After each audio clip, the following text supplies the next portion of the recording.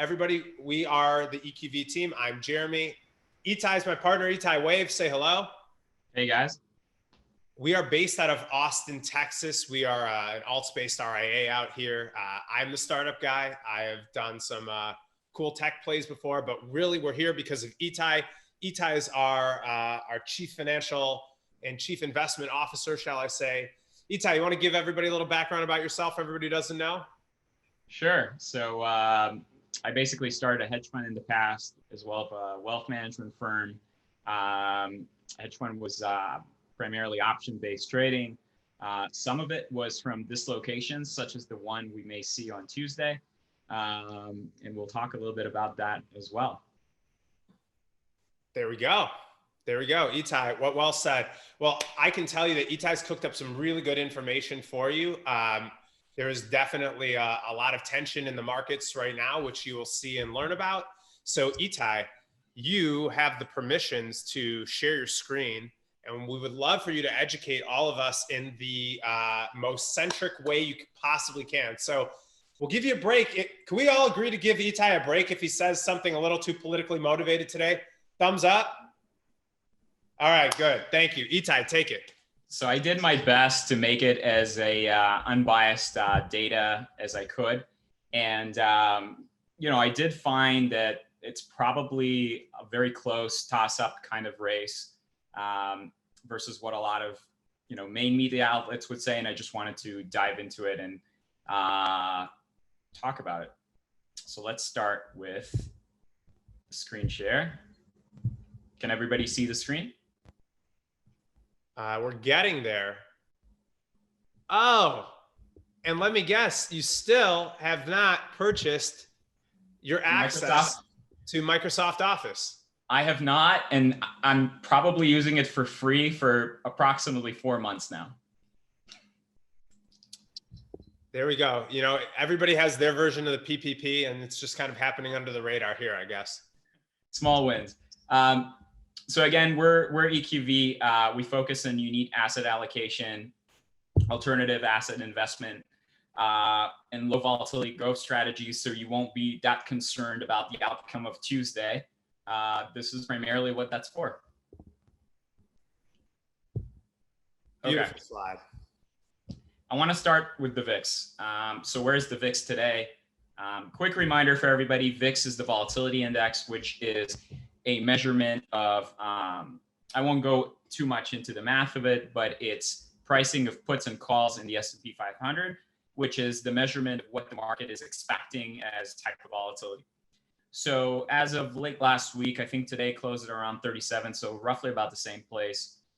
The VIX is, historically speaking, fairly elevated in what we call a high volatility regime. The dashed line here is the 44 mark. That I marked up. I found that to be an important area in the market, and the main reason is, as you can see here, when the market gets over 44, it seems like there's been some kind of decision to make. So 94% of all observations when the VIX closed over that level happened in just two times. One was in the 08-09 market, and the other one was in 2020. That's it. And it seems that a lot of other times when the VIX kind of hit that 40-ish area, it primarily just went back down and it ended up being a buying opportunity. So what's interesting is if it's more like an 08-09, if you believe that, you can consider reducing risk as the market has gone significantly lower. For example, when it closed over 44 was September 30th, and the S&P was 1166. And to remind everybody, it went to 666. So it went significantly lower than that level. But if it's more like March, April 2020, it's a good buying opportunity as the market kind of surged from there. There's a little bit of gray area between 44 and 46. But keep in mind that, you can see here in the past, normally when it exceeds that level with enough velocity, it just goes through very, very quickly. So that just means that this could be some kind of inflection point, and options traders are very edgy. So Itai, let's just say you hold a more traditional 60-40 portfolio, and you're just saying, hey, I believe it's going to be like 08-09. I want to reduce risk. What type of moves might that entail for somebody in that type of portfolio? Well, if you have a more traditional portfolio, and we'll talk a little bit about the 60-40 as of this year, but if you have a more traditional portfolio, some hedging and maybe selling some calls against stocks you own and buying some puts or put spreads may not be a bad idea to hedge some potential downside risk. But keep in mind that this is also kind of an inflection point. So even though hedging is prudent, you could also see a lot of upside if everything seems to be okay. As we know, we've talked about it in previous calls, there is unknown unknowns, which is what we don't know is coming. And that's usually how crisis events happen. And there is known unknowns. So an election at the end of the day is still a known unknown, right? Because we know of the uncertainty, and hopefully after November 3rd, the uncertainty just disappears. So let's talk about the contango here. So remember, the way the VIX works is you have the VIX spot price, which is where the VIX sits. And then there's future prices for where the VIX sits in the future. Normally, the future prices of VIX are higher than today to reflect a higher risk premium between all the uncertainty that can happen between today and the future. That would be a combination of your known unknowns and your unknown unknowns, right? Right. That's exactly what it is. Okay. And when the market really doesn't know what's happening, it goes into inversion or backwardation, because it's pricing in that the risk of today is potentially higher than the risk of the future, and that's when the market becomes inverted. So I wanted everybody to see this chart of the contango and the VIX going back here to 2011, where the red is the zero line, above the red is contango, and below the red is inversion. And in light blue, we have the second month VIX. And in dark blue, we have this 4 to 7 month VIX. Normally, there's a lot of noise with the 1 and 2 month because it's more short duration stuff, and less noise with the longer term maturity. What's interesting here is that in 2020, we've seen a huge divergence between short-term uncertainty and long-term uncertainty, and now they've kind of converged, and it's fairly rare for both short and long-term VIX to all trade in inversion, meaning that there's a lot of uncertainty into the short period of time, i.e. the election, and there's a lot of uncertainty into the longer period of time, i.e. COVID, what's happening in the economy, and all those kind of things. So the VIX is in a very interesting place right now.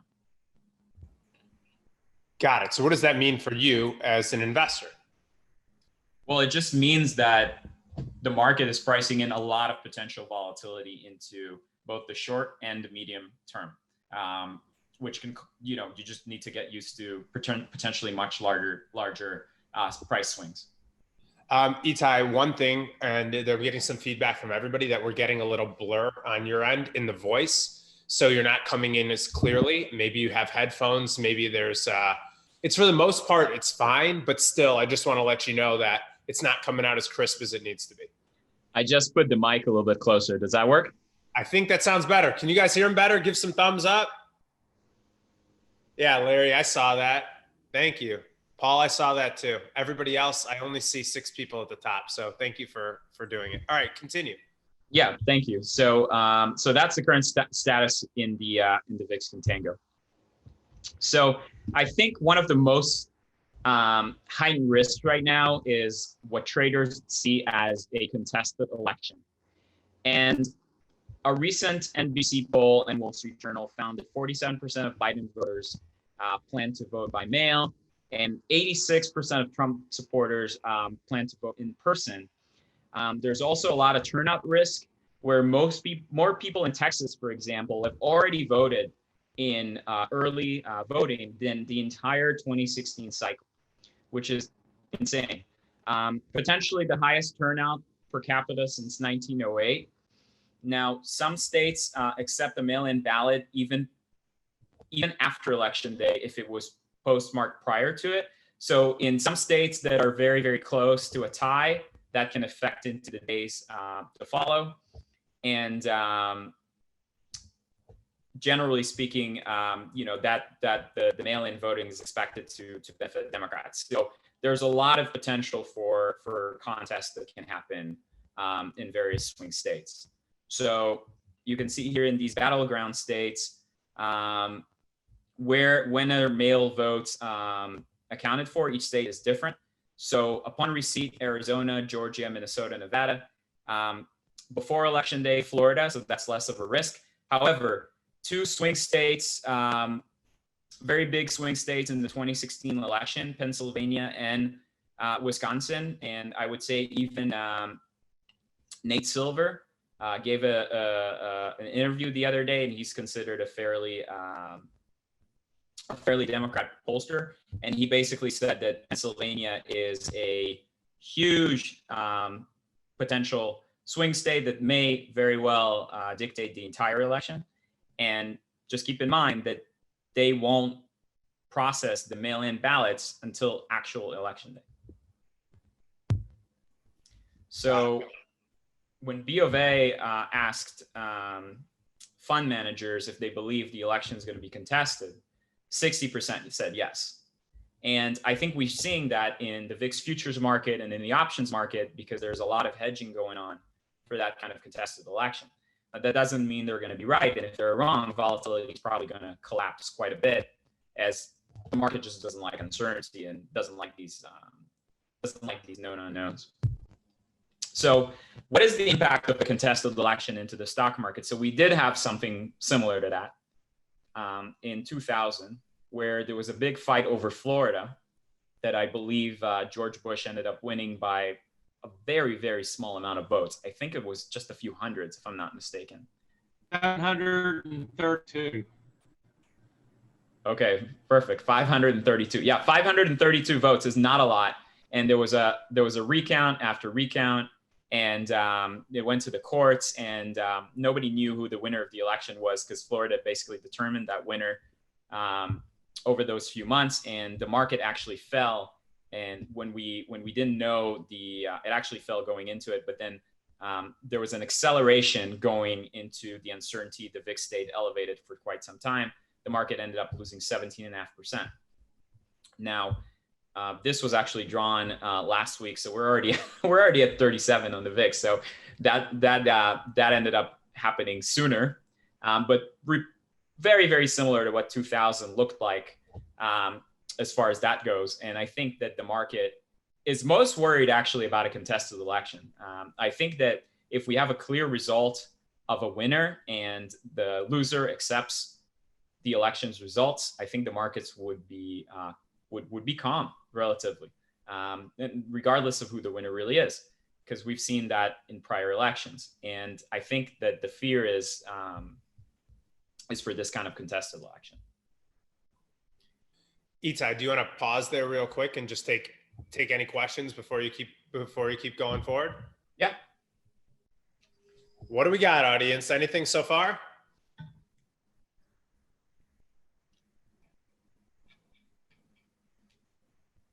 All right, on with the show. All right, nothing. So what do options traders actually think is going to happen between the 2nd and the 4th? So we can actually take the option premium and calculate the probability of a move. That's what I used to do around earnings. Most of the time, it actually falls short of the expected move, which is interesting. So we can see what the probabilities look like. There's actually 54% probability of upside, but at upside, you see the cone is capped at about 2.5% gain. And there is a 45% probability of downside, but the bulk of the distribution is between 4 and 5% loss. So the market's telling you there's slightly higher possibility of upside, but the potential downside is a lot stronger, given all these kind of scenarios we just talked about with contested elections and loser, whoever it is, not necessarily accepting, etc. So that's definitely showing in these options markets, and you can see that here too. The anxiety going into the election is a lot more than in 2016. So in 2016, we had the same kind of backwardation. The market's expecting some kind of event, and then everything normalized once we had a clear winner. But now it's options are a lot more expensive, and the market seems to be far more jittery about the election than in the past. Itai, how long back ago would you say that you started seeing major shifts in the option prices that were all geared toward this election? It was before COVID even started. So you already saw a bump into the futures contracts when they just first came out. So as early as December of last year. Got it. So this has all been priced in for quite a bit. Well, there was some pricing in of risk into the election, but as time progressed and things seemed more edgy and COVID hit, etc., the pricing in just became more and more and more extreme. Got it. Thanks. Sure. And I want to talk a little bit about the 60/40 portfolio and what happened this year. So last Wednesday, we saw a 3.5% drop in the S&P 500. What was interesting about that drop is the treasury yields actually went up. So that means bonds sold off as well, or treasury bonds sold off as well, long-term bonds, talking about the 10-year treasury. But gold prices also dropped 1.6%. And what's interesting is these are all the times where, going back till 1990, where both bonds and stocks sold when stocks sold greater than 3.5%. Not many instances of that. Most of them were in 2008 and 9. However, all three instances in which the stock market dropped significantly, the treasury market sold off, and gold prices fell, all happened in 2020, where in the past, in 2008, when the market dropped significantly and bonds sold off, gold actually went up. So we've seen the 60/40 portfolio being hit multiple times this year, much more than in history. And that just shows you that, the risk of holding even something like gold with treasuries, with the S&P has increased significantly this year as correlations just picked up in just the public markets. I mean, this makes more and more of the case for getting further diversification through some of these other channels, like the private credits of the world, some of the real estate channels that we've talked about in the past. Yeah, because you're getting whacked. You're getting whacked. This is now 3 times in a year where this portfolio is supposed to hold a test of time. Has really gotten challenged. Yeah, 100%. And that's a part of all the vanguarding of the investment world, but that's for another time. So I just wanted to bring it up real quick because that actually happened last week. And Itai, we do have a note from Larry in the audience, just from eyeballing that. He says he thinks that all those dates followed significant bond rallies. Very possible. Larry, you find anything good on that? You report back to all of us, okay? Okay. So quickly about this recent sell-off I found is interesting. Stocks have somewhat priced in a higher likelihood of a Biden victory, which is not surprising given the lead of Biden in the polls. So when you're looking here in yellow, that's the S&P 500. And in blue, it's the basket of 30 equities that are more likely to benefit from a Biden win. So green energy, solar stocks, other things like that. Some things that are more tax sheltered have sold off significantly less than the entire S&P in this recent last couple of weeks sell-off. So I just found that interesting. And there's other market moves that suggest that the market is somewhat more likely pricing in a Biden win, which makes you wonder, is there any kind of Trump risk if Trump wins instead of Biden? And some people are not exposed to it correctly. For example, during this recent sell-off, a Democratic blue wave is seen as more negative for energy and technology, just because there's a higher likelihood of breakup with the tech monopolies and energy, fossil fuels, etc. So those actually sold off the most in recent days, where the S&P actually sold off. Look, I'll go out on a limb and just say it outright. I'd actually love to see those tech companies be broken up, where they're starting to be able to go to with their scale and their kind of control of markets is very, very dangerous to the free market. Right. Just my opinion. Feel free to challenge. Whichever party does it. Should be bipartisan. That should absolutely be bipartisan, no question. Okay, so let's talk about the polls real quick. Now, before we get into all that, I am not a pollster by any means.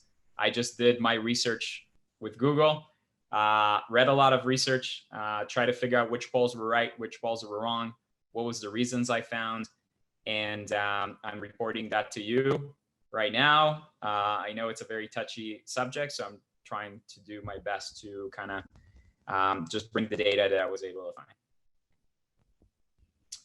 Having said that, so these are the swing states that I took this from Real Clear Politics. So what Real Clear Politics does, it just aggregates all the polls and puts it in an average, and this is how it reports it. So Florida is the biggest one, slight edge to Biden.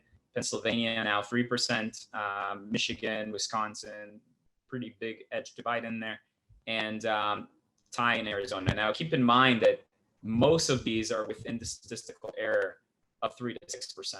So that's already telling you that the race is potentially very, very close. Now, here's all the gambling sites and the probabilities that they give each one to win. And Trump has a 36% win, Biden has a 63% win based on the gambling markets. So these are actual people putting their money in there. However, with that caveat, those are fairly illiquid, and it's easy to put a large wage here or there to kind of manipulate that data. Okay. This is what I found to be really interesting. So you can see here the Biden lead going from June to election day in the average of the swing states, the most important ones, right here in the dashed line, and the national polls in the kind of bold line right there. So even though Biden leads by about 9 percentage points nationwide, that lead is around 5% in the swing states. So it's a huge spread between the national polls and the swing state polls. It's interesting because if you compare it to 2016, you can see here in dark blue the national and then the swing states. The difference is not that great at all. The difference in this election is significantly more between swing states and national vote and not.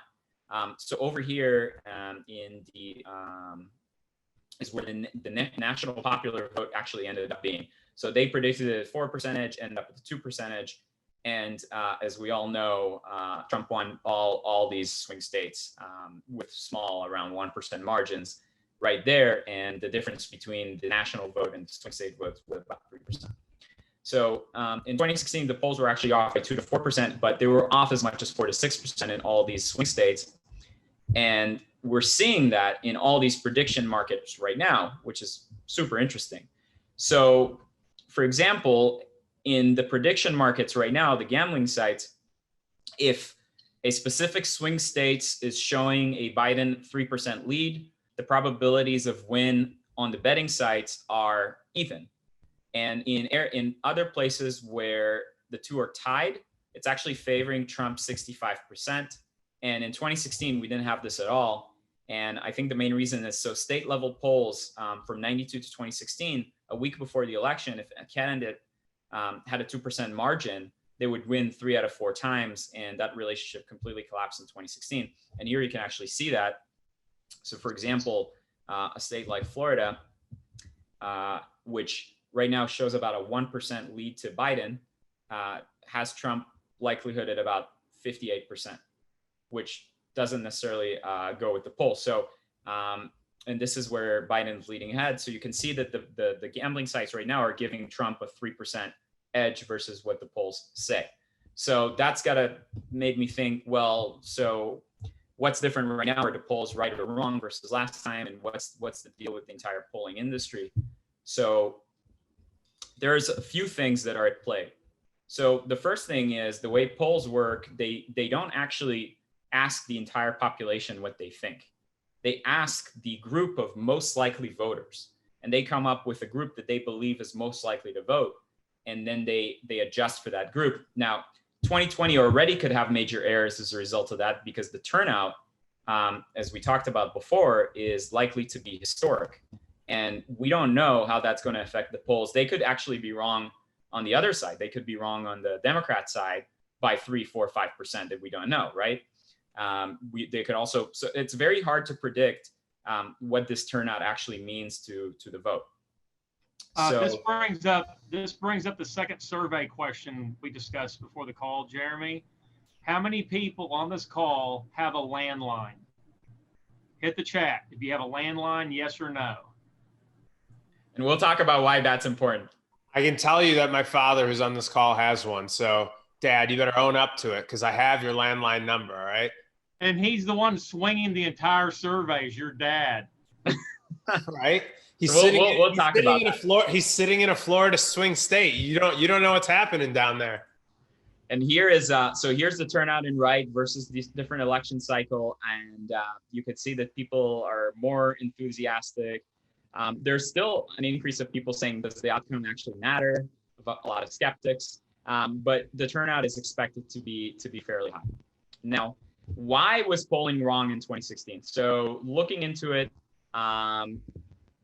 few reasons. So the white college-educated voters were relatively overrepresented in these phone polls. And there's a big switch from landlines to cell phones. Now, the majority of polls, believe it or not, was still happening on landlines. So a lot of households moved to a cell phone only and just don't have a landline. And Bloomberg and other groups, there was some articles of potentially shy Trump voters that would not give preferences to polls. And that's evident in the fourth one, where some people who didn't admit to vote for Trump said that their neighbor votes for it. So that was essentially the polling issue. So the question is, if we had an exact 2016 error to the exact, so an exact, 3-ish to 4% error, what would the election look like today? So that was how it would be.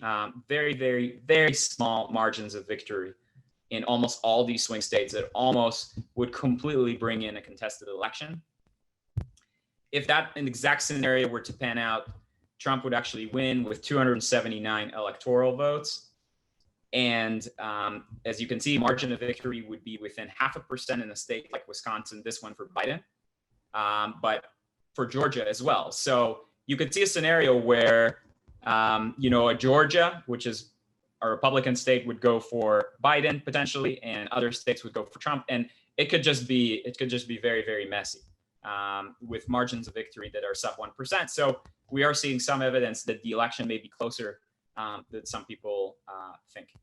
And it's very, very difficult to predict the outcome, which is what we're actually seeing in markets. Now, I looked up for what group did get it right in 2016.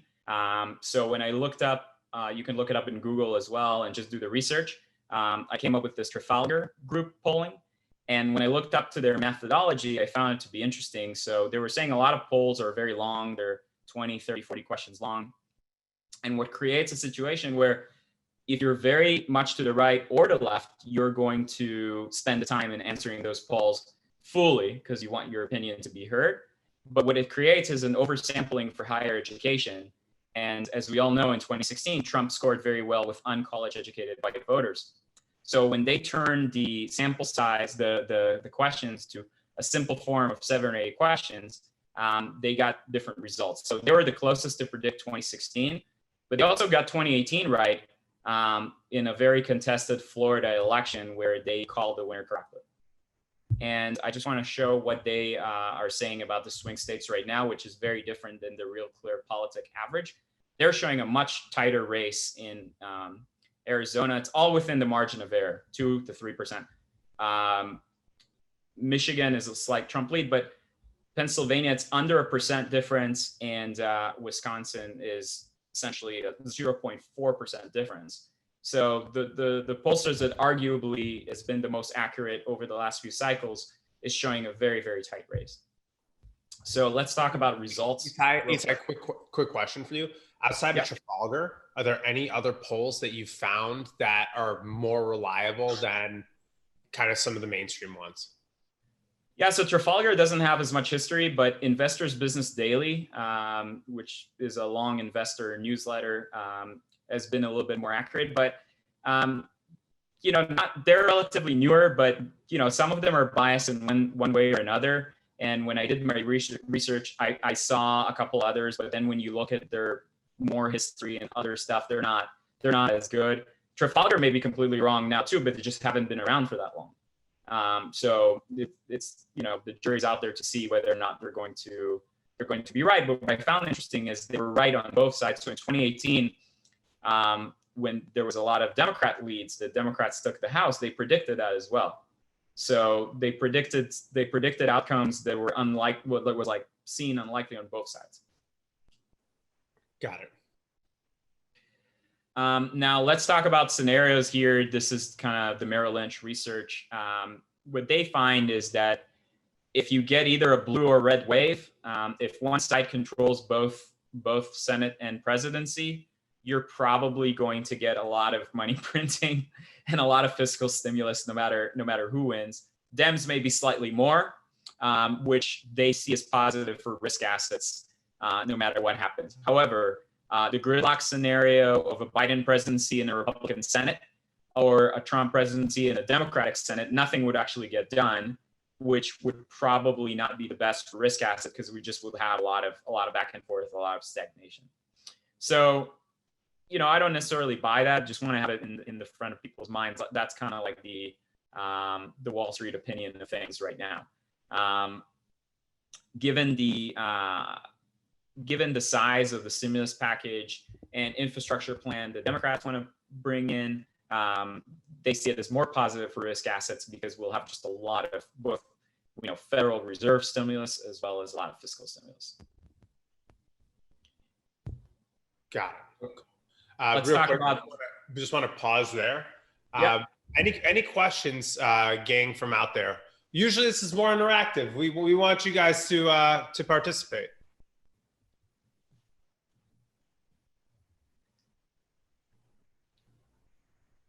Nothing. Crickets. Maybe. Actually, maybe I got a question, if I may. Yes, you may, Mr. Jones. So when you're talking about stagnation, you're just saying, okay, GDP is flat. Expansion is, what's the difference between expansion and elevation? So the main thing, so I read the whole article. They're saying, well,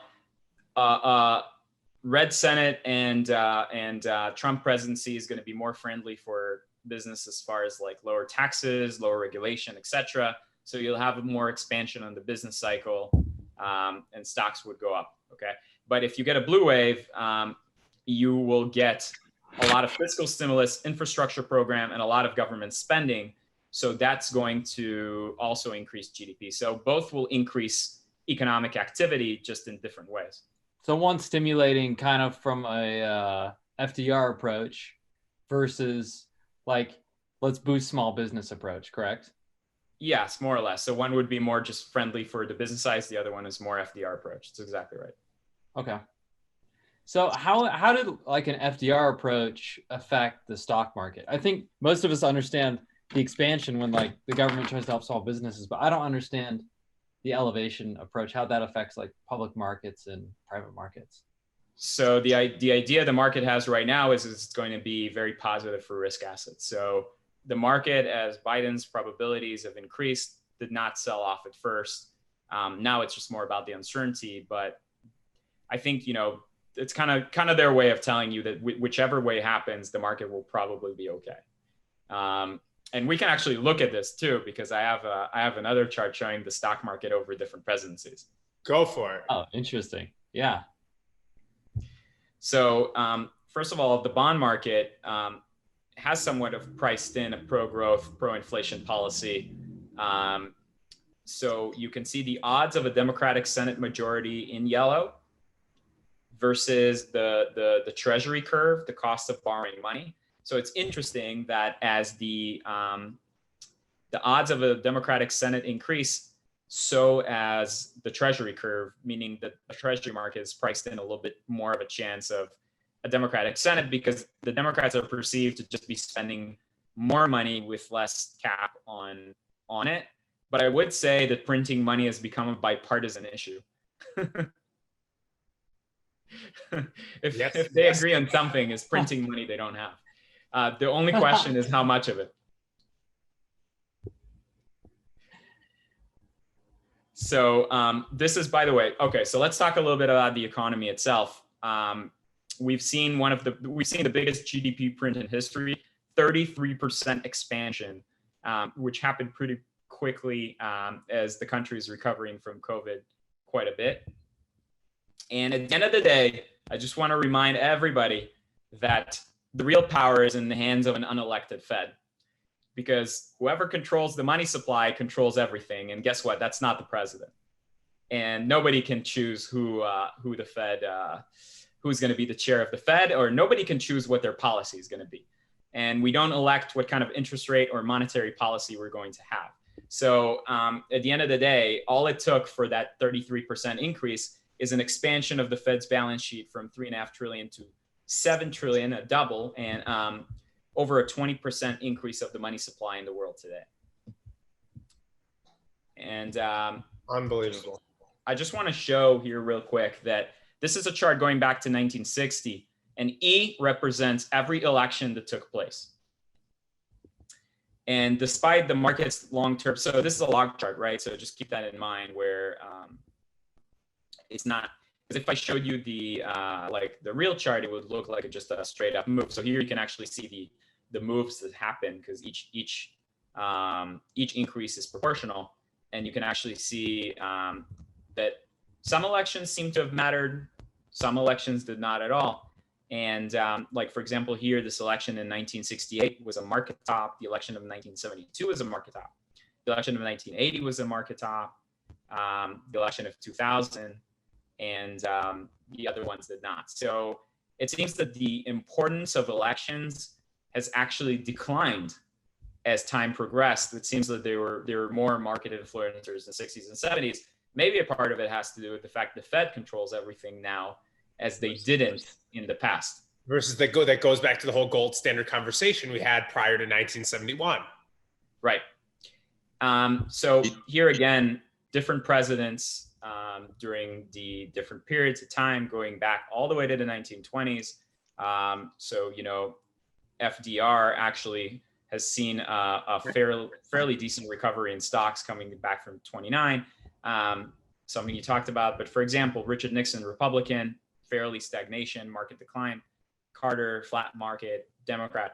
Reagan, Republican, surging stock market. Clinton, Democrat, surging stock markets. Bush 2, flat market. Obama, up market. Trump, up market. So if you want to tell me that one president is good and the other president is bad, there's just no evidence for that whatsoever. I heard Larry Abrams stuttering or having an aneurysm. Larry, did you want to say something? Yeah, boy, you got good ears there, Rob. Ite, quick question. You say nobody knows who's going to be controlling the Fed. I know that you've probably covered this in the past, but could you very briefly remind us how the Fed leadership is determined? Yeah, I mean, it's elected by the political factors. So why do we not know leadership of the Fed, at least for the near future? Well, because the populace does not get to choose the Fed leader, and the Fed leader is voted for X period of time, and the Fed is supposed to be bipartisan, which generally speaking it is, or supposedly. And the reason is that the Fed needs to be separated from political pressures, right? Because you don't want a president to tell the Fed how they control the interest rates or money supply, which we've had in the past. We've had both in the Vietnam War. We've had pressure on the Fed to reduce interest rates and get more money in circulation. And we've also had it with Trump, right? Trump has pressured Jay Powell a lot to cut interest rates. Yeah, there was tweets every day going after. Yeah, no, I remember. Sure. Yeah. Which the whole idea is for it not to be the case. But at the end of the day, I believe the Fed has more power into the state of the economy than politics, because normally if you have a lot of fiscal stimulus or tax cuts, the Fed kind of backs off, which is what we've seen in 2017 when Trump tax cuts came in. The market was going up, and there was no QE, whatever.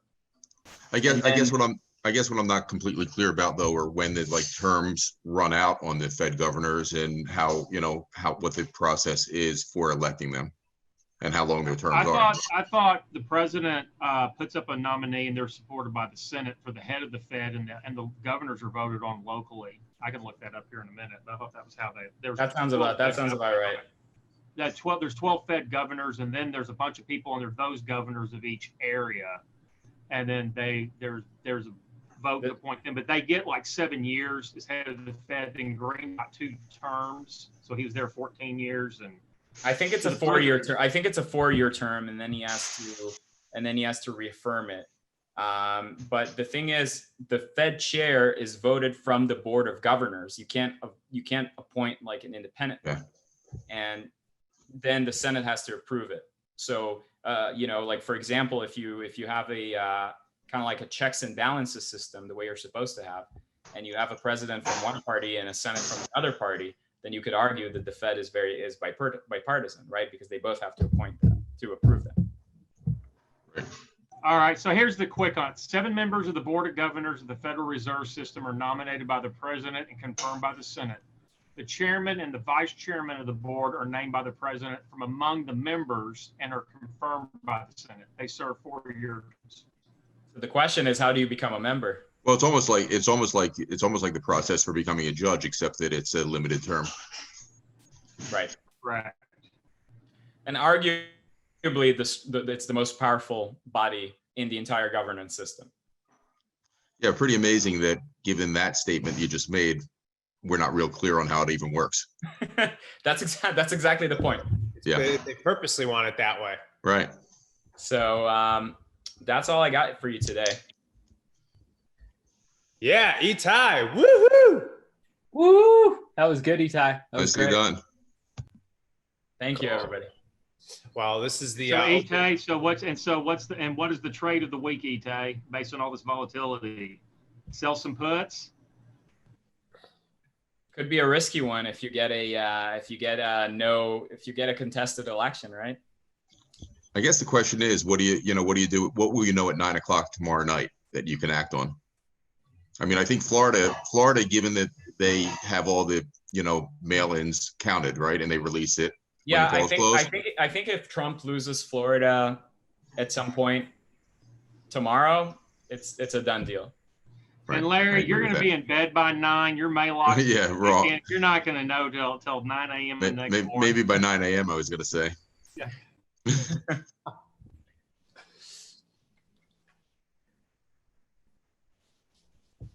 For sure. Did anybody else not put? So if you came in late, Jeremy, you want to explain the contest again, just in case someone came in late? Oh yeah, for everybody who came in late. Now, if you want, you've obviously gotten to see some of the data and evidence presented, but basically, the person that guesses the correct president with the closest number of electoral votes to that number will win a free copy of Rob's book, and it'll be signed right from our man Rob. So Rob, you want to tell him what this book will teach him?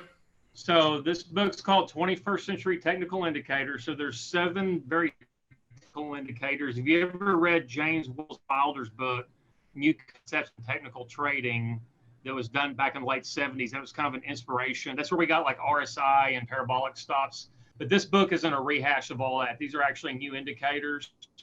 And then I have 5 non-technical chapters. So I have like 10 ways to monetize on your trading success, not just like running a hedge fund, but other ways to make money on your trading. And then I have a kind of a fun chapter called Kings, Cons, and Scoundrels, which is about different things people have done in the industry. And Larry Abram is not in that chapter. Just want to let everybody know.